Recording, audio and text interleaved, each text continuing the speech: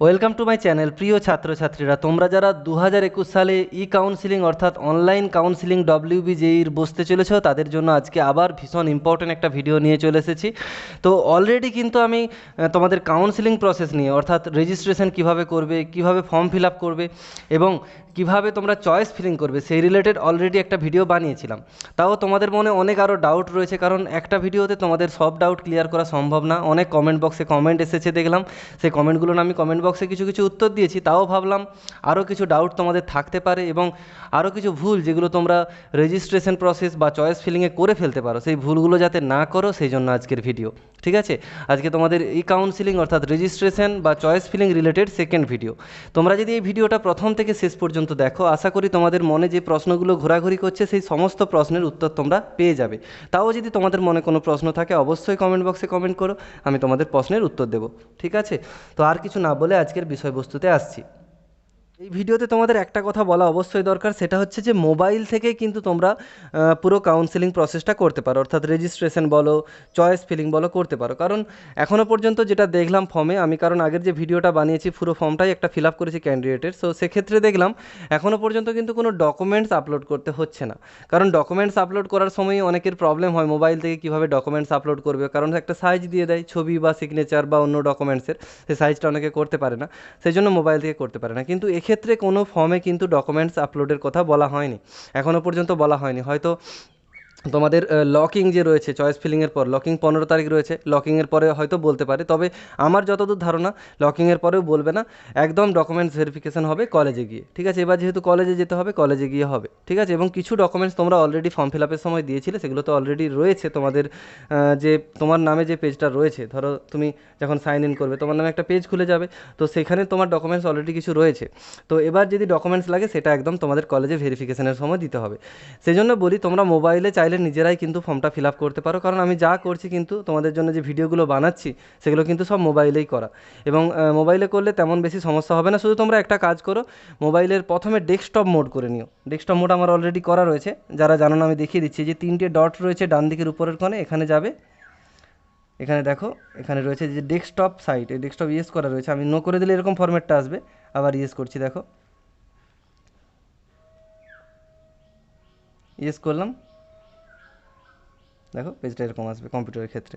তো তোমরা desktop side করে কিন্তু নিজেরাই ফর্মটা কমপ্লিট করে নিতে পারো, নিজেরাই ফিল আপ করে নিতে পারো। এমন কিছু নেই ফর্মে যেটা কম্পিউটারে যে কম্পিউটার সেন্টারে গিয়েই করতে হবে। নিজেরা করলে বরং সুবিধে পাবে, যে চয়েস ফিলিংয়ের সময় সুবিধা হবে, কারণ নিজেরা বসে বসে টাইম নিয়ে চয়েস ফিলিংটা করবে। অনেক সময় কম্পিউটার সেন্টারে তাড়াহুড়ো থাকে, প্রচুর ভিড়ভাড়টা থাকে, সেজন্য তাড়াহুড়ো করে তারা ইচ্ছে খুশি যা হোক দিয়ে দেয়, এটা করলে তোমাদের ক্ষতি হতে পারে, সেজন্য নিজেরা করাই মনে হয় বেটার। আমার কাউন্সিলিং রিলেটেড আগের ভিডিওতে অলরেডি কিন্তু আমি কিছু ব্যাপার বলে দিয়েছি, তোমরা সেই ভিডিওটা এখনও যদি না দেখে থাকো সেটা দেখে নাও। ঠিক আছে, সেখানে লেখা আছে দেখবে থাম্বনেলে, রেজিস্ট্রেশন, তারপর পাসওয়ার্ড, তারপর চয়েস ফিলিং, এই হিসাবে রয়েছে। এর আগের জাস্ট ভিডিওটা গতকালে যেটা পোস্ট করেছিলাম ওটা তোমরা দেখে নাও, তাহলে তোমাদের ওখান থেকে কিছুটা ক্লিয়ার হয়ে যাবে আইডিয়া। তো আরও যে ডাউটগুলো রয়েছে সেগুলো নিয়ে এবার আসছি। এবার একটা বিষয় প্রথমেই বলে দিই, যে চয়েস ফিলিং নিয়ে কিন্তু অনেকের মনে অনেক প্রশ্ন রয়েছে। দেখো, তোমরা চয়েস ফিলিং করবে, ব্যাপারটা তোমাদের যেটা পছন্দ সেটাই করবে। প্রথমত 3টে জিনিসের বেসিসে কিন্তু চয়েস ফিলিংটা করা উচিত। একটা হচ্ছে লোকেশান। ধরো কারো কলকাতাতে বাড়ি, সে কলকাতার বাইরে যেতেই চায় না, সেক্ষেত্রে তাকে কি করতে হবে, কলকাতার মধ্যে যে কলেজ তার শুধু লোকেশানটাই প্রেফারেন্স। ঠিক আছে, সাবজেক্টও অত প্রেফারেন্স নেই, সরকারি বেসরকারি কলেজের প্রেফারেন্স নেই। সেক্ষেত্রে তাকে কি করতে হবে, তাকে কলকাতার আশেপাশে যে সমস্ত কলেজ রয়েছে সেই কলেজগুলোতেই শুধুমাত্র সরকারি এবং বেসরকারি যা রয়েছে, এবং তার মধ্যে যেই ডিপার্টমেন্টগুলো তার পছন্দের সেই ডিপার্টমেন্টগুলো লিস্ট আকারে দিতে হবে। এবং বেসিক্যালি প্রথমে অবশ্যই সরকারিগুলোই সবাই দেবে। ঠিক আছে, যার র্যাঙ্ক ভালো হোক কিংবা পেছনের দিকে হোক, কিংবা র্যাঙ্ক খারাপই হোক না কেন, সবাই কিন্তু সরকারিগুলোকেই প্রথমের দিকে প্রেফারেন্স হিসাবে রাখবে। 1 নম্বর 2 নম্বরে সরকারিগুলোকেই অবশ্যই রাখবে প্রথমের দিকটায়। ঠিক আছে, তো এবার সেকেন্ড যে ব্যাপারটা সেটা হচ্ছে যে কারো হয়তো ইকোনমিক্যাল কন্ডিশন খারাপ, ধরে নিলাম সে হয়তো সরকারি ছাড়া পড়তেই পারবে না, সেক্ষেত্রে তাকে অবশ্যই গভর্নমেন্ট কলেজগুলোই নিতে হবে। হয়তো সাবজেক্টটা ম্যাটার করে না, সেক্ষেত্রে সে কীভাবে প্রেফারেন্স করবে, ধরো যাদবপুরে সব ভালো সাবজেক্ট যেগুলো তার তবুও কিছুটা পছন্দের subject, computer science, IT, electrical, mechanical, civil, এগুলো হয়তো যাদবপুরের 1 নম্বর 2 নম্বর 3 নম্বর 4 নম্বর 5 নম্বরে দিয়ে দিল। তারপরে একই রকমভাবে জলপাইগুড়ি, কল্যাণী, ক্যালকাটা ইউনিভার্সিটি, ঠিক আছে, সব সরকারি কলেজগুলো দিয়ে দিল। তারপরে শেষের দিকে আবার যাদবপুরের যে সাবজেক্টগুলো একটু লো র্যাঙ্কিং সাবজেক্ট, যেমন মেটালার্জি রয়েছে, ফুড প্রসেসিং, এগুলো রয়েছে, তো এই সাবজেক্টগুলো শেষে আবার দিয়ে দিল, ঠিক আছে।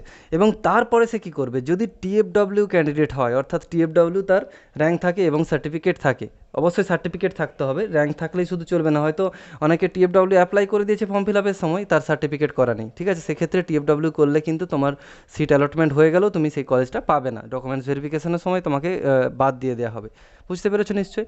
তো ডকুমেন্টস যদি থাকে টিএফডব্লিউ এবং টিএফডব্লিউ যদি র্যাঙ্ক আসে সেক্ষেত্রেই অ্যাপ্লাই করবে, টিএফডব্লিউর জন্য ইয়েস করবে। এবার টিএফডব্লিউ ব্যাপারটা বলে রাখি, ধরো heritage institute of technology, heritage একটা বেসরকারি কলেজ। তো বেসরকারি কলেজে তোমার নর্মালি এমনি ভর্তি হওয়ার সামর্থ্য নেই, অনেক টাকা খরচ, 5 থেকে 6 লাখ বা আরও বেশি খরচ হয়ে যাবে। তো সেক্ষেত্রে তোমাকে কি করতে হবে, হেরিটেজের ধরো কম্পিউটার সায়েন্স, তো হেরিটেজ কম্পিউটার সায়েন্স একটা প্লেন থাকবে, দেখবে যখন তোমরা চয়েস ফিলিং করবে। আবার হেরিটেজ কম্পিউটার সায়েন্স পাশে টিএফডব্লিউ লেখা থাকবে, এরকম একটা থাকবে, তোমাকে ওটা করতে হবে, হেরিটেজ কম্পিউটার সায়েন্স টিএফডব্লিউটা ওখানে র্যাঙ্কিংয়ের অর্থাৎ চয়েস ফিলিংয়ে রাখতে হবে, ওটা ওকে করতে হবে। বুঝতে পেরেছো আশা করি বিষয়টা?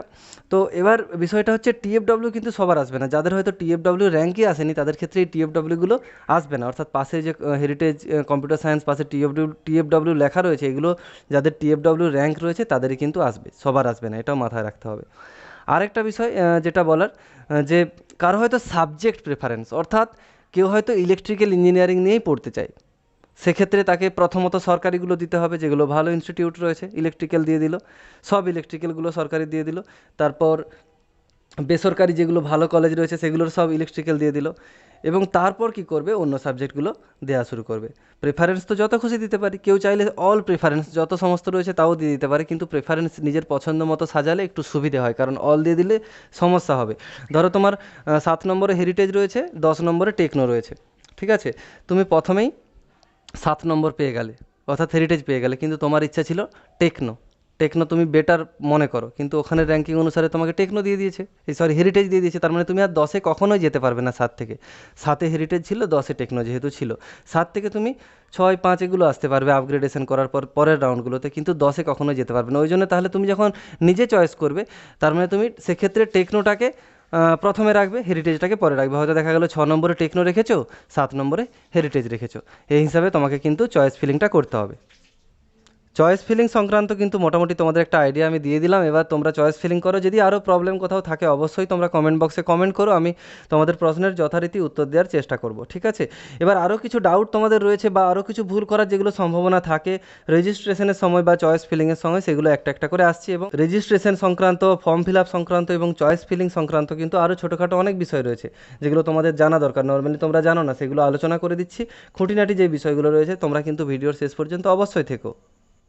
এবার তোমাদের একটা বিষয় নিয়ে বলবো, আমারই একজন ক্যান্ডিডেট রয়েছে, তো ওই ক্যান্ডিডেটের আমি রেজিস্ট্রেশনটা অলরেডি করে দিয়েছি, ঠিক আছে, রেজিস্ট্রেশনটা হয়ে গেছে, দেখতে পাচ্ছ রেজিস্ট্রেশন ফর্ম কমপ্লিটেড দেখাচ্ছে।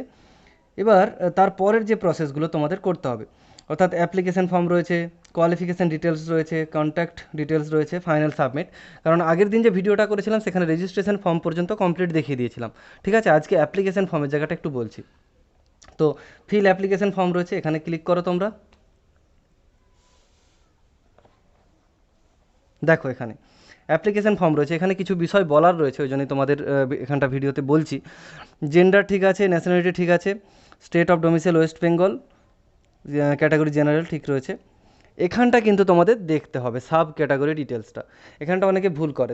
দেখো পার্সন উইথ ডিসেবিলিটি অর্থাৎ পিএইচ ক্যান্ডিডেট যদি কেউ হয় সে ইয়েস করবে, এবং না হলে নো করবে। অবশ্যই পিএইচের যদি কোনো ক্যান্ডিডেট থাকে তার ফর্ম ফিল আপের সময় যেন পিএইচ করা থাকে, এবং তার পিএইচ যে সার্টিফিকেট, ঠিক আছে, সেটাও যেন কাছে থাকে, কারণ ডকুমেন্টস ভেরিফিকেশানে লাগবে।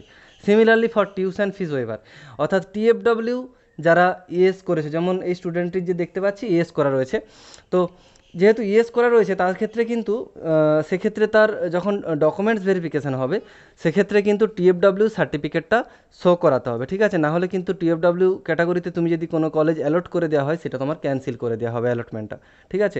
এবার বিষয়টা বলে রাখি, টিএফডব্লিউ নিয়ে প্রচুর প্রশ্ন এসেছে, সেই জন্য এখানটা বলছি। তো টিএফডব্লিউ হয়তো কারো আছে, সার্টিফিকেট রয়েছে, এবং সে ইএসও করেছিল ফর্ম ফিল আপের সময়, ঠিক আছে, কিন্তু যখন চয়েস ফিলিং করতে যাচ্ছে সে চাইছে না টিএফডব্লিউতে করার, তার কারণ টিএফডব্লিউ র্যাঙ্কটা হয়তো একটু পেছনের দিকে এসেছে, টিএফডব্লিউ করতে চাইছে না। টিএফডব্লিউ সার্টিফিকেট আছে বা ইএস করে রেখেছি মানেই যে চয়েস ফিলিংয়ে টিএফডব্লিউগুলোই দিতে হবে এমন কিন্তু কোনো ব্যাপার না, সে টিএফডব্লিউগুলো নাই করতে পারে, বোঝা গেছে ব্যাপারটা? সে যখন চয়েস ফিলিং করবে নর্মালগুলো রাখবে, কারণ আমি আগেই বলেছি যে যা ধরো হেরিটেজ কম্পিউটার সায়েন্স প্লেন একটা থাকবে, হেরিটেজ কম্পিউটার সায়েন্স টিএফডব্লিউ একটা থাকবে। সে চাইছে না টিএফডব্লিউ ইয়েস করবে না, সে হেরিটেজ কম্পিউটার সায়েন্স প্লেনটা যেটা টিএফডব্লিউ নেই নর্মাল রয়েছে সেটাতে ইয়েস করে দিবে, টিএফডব্লিউগুলো করবে না, তাহলেই হলো। ঠিক আছে, আবার একটা প্রশ্ন বলি, একটা প্রশ্ন যেটা আসছে, তো যে টিএফডব্লিউ সার্টিফিকেট তার নেই কিন্তু টিএফডব্লিউ ইয়েস করা রয়েছে, সেক্ষেত্রে সে কী করবে? সেও কিন্তু টিএফডব্লিউ যদি সার্টিফিকেট না শো করাতে পারো তাহলে বললাম অ্যালটমেন্ট ক্যান্সেল হবে, তুমি কিন্তু নর্মালগুলো বা যেগুলোতে টিএফডব্লিউ নেই সেভাবেই চয়েস ফিলিংটা করো। আরেকটা বিষয় একজন প্রশ্ন করেছে যে আমার তো টিএফডব্লিউ অলরেডি করা আছে মানে ফর্ম ফিল আপের সময় করেছিল, তো টিএফডব্লিউতে ইয়েস দেখাচ্ছে, তো চয়েস ফিলিংয়ে সে ভাবছে যে তার যত র্যাঙ্ক আসবে সব টিএফডব্লিউ দিয়েই আসবে, ঠিক আছে, বা অ্যালটমেন্ট হবে টিএফডব্লিউ দিয়েই হবে, তা কিন্তু নয়। তোমাকে টিএফডব্লিউ তুমি করতে চাইছো কি চাইছো না সেটা তোমাকে চয়েস ফিলিংয়ের সময় করতে হবে, আগে কি আছে না আছে সেগুলো দেখার দরকার নেই। থাকলেও কিন্তু তুমি এখানে যদি টিএফডব্লিউতে চয়েস ফিলিংয়ে ইয়েস না করো সেক্ষেত্রে তুমি পাবে না। অনেকে ভাবছে যে অটোমেটিক্যালি টিএফডব্লিউগুলো চলে আসবে, ওরকম কিন্তু আসবে না, তোমাকে চয়েস ফিলিংয়ে একটা একটা করে করতে হবে। এবং আরেকটা প্রশ্ন, যে একই কলেজের সাপোজ হেরিটেজ কম্পিউটার সায়েন্স টিএফডব্লিউ একটা করতে পারি আর একটা প্লেন কি করতে পারি? হ্যাঁ, ওটাও করা যাবে। হয়তো হেরিটেজ কম্পিউটার সায়েন্স একটা প্লেন রেখে দিল, সেটা জেনারেল র্যাঙ্ক অনুযায়ী হবে, আর একটা হেরিটেজ কম্পিউটার সায়েন্স টিএফডব্লিউটাও ইউজ করলো, সেটা টিএফডব্লিউ র্যাঙ্ক অনুযায়ী হবে। এবার দেখতে হবে তোমার কোন র্যাঙ্ক অনুযায়ী অ্যালটমেন্টটা আসছে। ঠিক আছে, আরও যদি কোনো প্রশ্ন থাকে অবশ্যই শেয়ার করো। এখানে দেখো ব্যাঙ্ক ডিটেল দিতে হচ্ছে, কারণ তোমরা 5,000 টাকা জমা দিতে হবে, তোমরা প্রত্যেকেই জানো, এবং কোনো কারণে কেউ ভর্তি হলো না সেক্ষেত্রে টাকাটা তো ফেরত আসতে হবে। এখানে কিন্তু একটা ঠিকঠাক ব্যাঙ্ক ডিটেল দেবে, এবং ক্যান্ডিডেটেরই ব্যাঙ্ক ডিটেল দিতে হবে এমন কিন্তু কথা নেই, বাবা মা বা গার্জেন যার হোক দিতে পারে, ঠিক আছে, তো এটা কোনো অসুবিধা নেই। তো এবার তারপরে সেভ করে নেক্সট করতে হবে, তারপরে তোমার কন্ট্যাক্টগুলো দিতে হবে। আরও কিছু প্রশ্ন রয়েছে সেগুলো নিয়ে আলোচনা করবো এক্ষুনি। সবাই এখানটায় দেখো, এখানে অন্য একটি স্টুডেন্টের আমি অ্যাকাউন্ট খুলেছি, তো ওর অ্যাকচুয়ালি অলরেডি কিছু চয়েস ফিলিং হয়ে গেছে, ওর রেজিস্ট্রেশন প্রসেস বা ফর্ম ফিল আপ যেগুলো ছিল সেগুলো পুরোটা কমপ্লিট করে নিয়েছি, এবং এখানে ফিল্ড চয়েস দেখো যেগুলো ফিল্ড করেছি 23খানা ওর চয়েস ফিলিং করা হয়েছে। ও অ্যাকচুয়ালি বি ফার্ম নিয়ে পড়াশোনা করতে চাই, সেই জন্য বি ফার্মের যে ইনস্টিটিউটগুলো রয়েছে এইভাবে 1-2 করে চয়েস ফিলিংয়ের পর এটা দেখাচ্ছে, মোট 23খানা ফিল আপ করা রয়েছে। তো অ্যাকচুয়ালি বি ফার্মের জন্য 26টা ইনস্টিটিউট রয়েছে, এখানে 23টা ফিল আপ করা রয়েছে, মানে চাইলে আরও 3টে ফিল আপ করা যাবে। তোমরা কীভাবে করবে আমি দেখিয়ে দিচ্ছি। তো এখানে চয়েস ফিলিং যে রয়েছে, এখানে ক্লিক করার পর দেখো এই পেজটা আসবে, দেখো কী কী রয়েছে এই পেজটাতে। তোমরা চয়েস ফিলিংয়ে যদি ক্লিক করো এই পেজটা দেখতে পাবে। তো এইগুলো অ্যাকচুয়ালি অলরেডি সিলেক্ট করা রয়েছে, তোমরা সিলেক্ট কীভাবে করবে আমি দেখিয়ে দিচ্ছি। তো সিলেক্ট করা রয়েছে যে 23টা, Jadavpur university, institute of pharmacy Jalpaiguri, Guru Nanak তারপরে 3 নম্বরে রয়েছে। তো এগুলো তোমরা আপ ডাউন করতে পারবে। দেখো ডান দিকে রয়েছে প্রতিটা যে রো তার সাইডে রিমুভ রয়েছে, অর্থাৎ এটা তুমি বাদ দিয়ে দিতে চাইছো, তার পাশে রয়েছে আপ, তার পাশে রয়েছে ডাউন, ঠিক আছে, তো আপ ডাউন করতে পারবে। অর্থাৎ যেমন 1 নম্বরে যেটা রয়েছে সেটা যদি 3 নম্বরে নিয়ে যেতে চাও তাহলে ডাউন করতে হবে একবার, আর দুবার ডাউন করতে হবে পরপর, দেখতে পাবে নেমে যাবে, অলরেডি আগের ভিডিওতে এটা আমি বলেছিলাম। এবার দেখো তোমাদের মনে হচ্ছে যে 23টা কেন, আমি 26টা যেহেতু ইনস্টিটিউট রয়েছে ফার্মেসির জন্য সবগুলোই ফিল আপ করতে চাই, সেক্ষেত্রে উপরের রোটা দেখো একদম কী রয়েছে, অল ইনস্টিটিউট টাইপ, তারপরে অল ইনস্টিটিউট, অল প্রোগ্রাম, যে অল প্রোগ্রাম রয়েছে ওটাতে ক্লিক করছি, অল প্রোগ্রাম, ওখানে বি ফার্ম যে রয়েছে ক্লিক করছি, দেখো বি ফার্ম। এবারে বাঁ দিকটা খেয়াল করে দেখো, বি ফার্মের আমার 3টে ইনস্টিটিউট এখনও যোগ করা হয়নি, জিআইএস, আরেকটা রয়েছে এমআর, আরেকটা রয়েছে ডিএমবিএইচ ইনস্টিটিউট, এগুলো আমি অ্যাড করে দিতে চাইছি। দেখো এই যে অ্যাড অপশান রয়েছে, অ্যাড করলাম, অ্যাড করলাম, অ্যাড করলাম, ঠিক আছে, সবগুলো অ্যাড হয়ে গেল। সেভ অ্যান্ড কন্টিনিউ, এখানে সেভ করলাম, নতুন আবার সেভ হয়ে গেছে। এবার দেখো এখানে কিন্তু 26টাই চলে আসবে, দেখতে পাচ্ছ, যেটা দিয়েছিলাম 23টা ছিল, তারপরে জিআইএস দিয়েছিলাম, তারপরে এমআর দিয়েছিলাম, তারপরে ডিএমবিএইচ দিয়েছিলাম, সবগুলোই চলে এসছে। এবার চাইলে এখান থেকে তোমরা আপ ডাউন করতে পারবে, যেমন আমি করছি কি, চাইছি যে জিআইএসটাকে সবার শেষে রাখবো, কারণ ওটা হয়তো অতটা পছন্দের নয়, সবার শেষে ডাউন করলাম একবার, দেখো 1 নম্বর নিচে নামলো, 25 এলো, আরেকবার ডাউন করলাম, দেখো জিআইএস সবার শেষে চলে আসছে। তারপর আবার সেভ করে নিতে হবে তোমাদের, এখানে আবার সেভ অ্যান্ড কন্টিনিউ রয়েছে, সেভ করে নাও। এবার দেখো এখানে কোনটা প্রাইভেট কোনটা গভর্নমেন্ট যদি জানতে চাও, তো ইনস্টিটিউট টাইপ রয়েছে এখানে বাঁদিকে, টাইপ অফ ইনস্টিটিউট, তারপরে রয়েছে ইনস্টিটিউট অ্যাড্রেস, এগুলোতে ক্লিক করছি। আমি এখন টাইপ অফ ইনস্টিটিউটে ক্লিক করছি, দেখো প্রতিটা ইনস্টিটিউট যে দিয়েছিলাম সেগুলো কোনটা গভর্নমেন্ট কোনটা প্রাইভেট সবগুলো চলে আসছে।